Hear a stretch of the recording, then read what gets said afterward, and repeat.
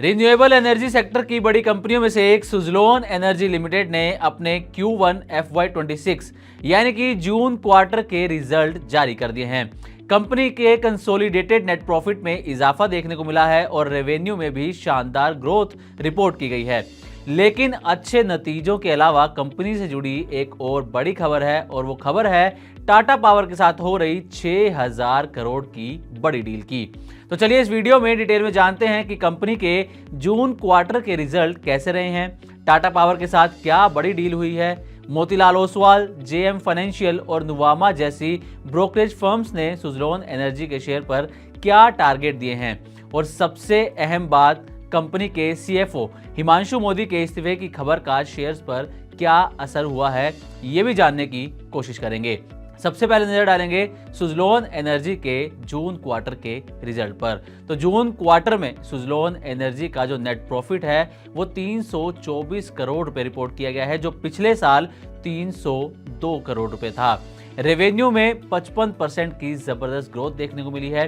पिछले साल ये 2021 करोड़ रुपए था, जो अब बढ़कर 3117 करोड़ रुपए पर पहुंच गया है। एबिटा की बात की जाए तो इसमें 62% की सालाना आधार पर बढ़ोतरी देखने को मिली है और ये बढ़कर 599 करोड़ रिपोर्ट किया गया है। एबिटा मार्जिन भी 18.2% से बढ़कर 19.1% रिपोर्ट हुआ है। तो ये हैं सुज़लोन एनर्जी के जून तिमाही के नतीजे, जो कि अच्छे नजर आ रहे हैं। अब आते हैं कि टाटा पावर और सुज़लोन के बीच में क्या डील हुई है। तो टाटा पावर ने सुज़लोन एनर्जी के साथ आंध्र प्रदेश में 700 मेगावाट का विंड पावर प्रोजेक्ट लगाने के लिए 6000 करोड़ रुपए की बड़ी डील साइन की है।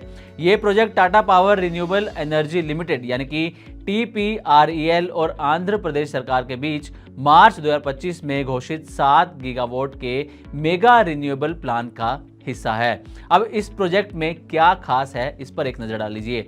तो 2019 के बाद आंध्र प्रदेश में बनने वाला ये पहला विंड पावर प्रोजेक्ट होगा।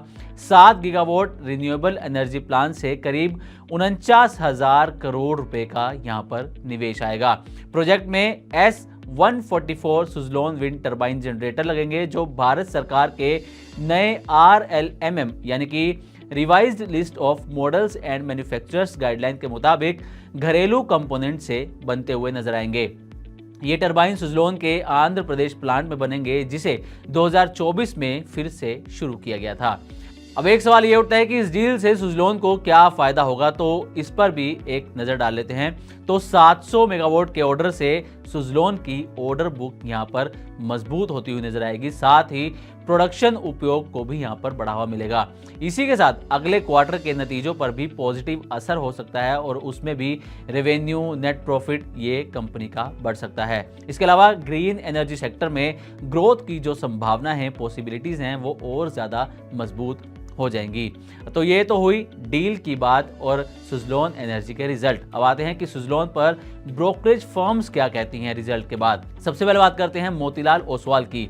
तो मोतीलाल ओसवाल ने सुज़लोन एनर्जी के शेयर पर बाय रेटिंग दी है और टारगेट प्राइस 80 रुपए तय किया गया है। जो इसका मौजूदा भाव है शेयर का, वो 60 से 61 रुपए के आसपास है, यानी कि मौजूदा लेवल से 26% अपसाइड की यहाँ पर उम्मीद मोतीलाल ओसवाल ने जताई है। अगली ब्रोकरेज फर्म है जेएम फाइनेंशियल। तो जेएम फाइनेंशियल ने सुज़लोन एनर्जी पर बाय रेटिंग के साथ 78 रुपए का टारगेट प्राइस दिया है। ये भी करीब 26% 25% के आसपास की यहाँ पर ग्रोथ दिखाता है।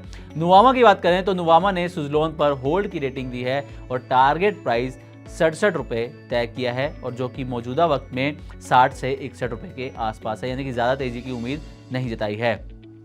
ICICI सिक्योरिटीज, इसने सुज़लोन एनर्जी पर बाय रेटिंग दी है और टारगेट प्राइस 76 रुपए तय किया है।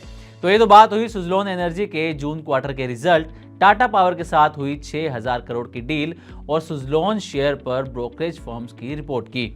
अब बात करते हैं शेयर की परफॉर्मेंस की। अब आप सोच रहे होंगे कि रिजल्ट अच्छे हैं, बड़ी डील भी हुई है, तो शेयरों में अच्छी खासी तेजी भी रही होगी, लेकिन ऐसा नहीं है। इन दोनों पॉजिटिव खबरों के बावजूद सुज़लोन के शेयर में 13 अगस्त को भारी गिरावट देखने को मिली। 13 अगस्त सुबह 11:15 बजे तक शेयरों में 4% से ज्यादा गिरावट देखने को मिली है और शेयर 60 रुपए के आसपास ट्रेड करता हुआ नजर आया है।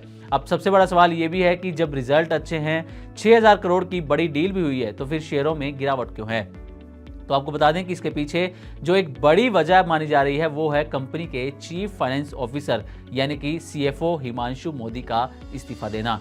CNBC TV 18 की रिपोर्ट के मुताबिक सुज़लोन के जो CFO हैं हिमांशु मोदी, उन्होंने अपने पद से इस्तीफा दे दिया है और इसी के चलते शेयरों पर नेगेटिव इम्पैक्ट देखने को मिल रहा है। हालांकि अब देखना ये होगा कि क्या आगे इस खबर का सुज़लोन के शेयरों पर भी नेगेटिव इम्पैक्ट जारी रहेगा या फिर जो बड़ी डील हुई है टाटा पावर के साथ और जो कंपनी के रिजल्ट हैं उसका पॉजिटिव असर देखने को मिलेगा। तो उम्मीद करते हैं कि हमारी तरफ से दी गई जानकारी आपको अच्छी लगी होगी। इसी तरह की और भी वीडियोस के लिए देखते रहें मनी9 और सब्सक्राइब करें हमारा चैनल। साथ ही बिजनेस और पर्सनल फाइनेंस से जुड़े तमाम खबरों को आप हमारी वेबसाइट money9live.com पर भी पढ़ सकते हैं।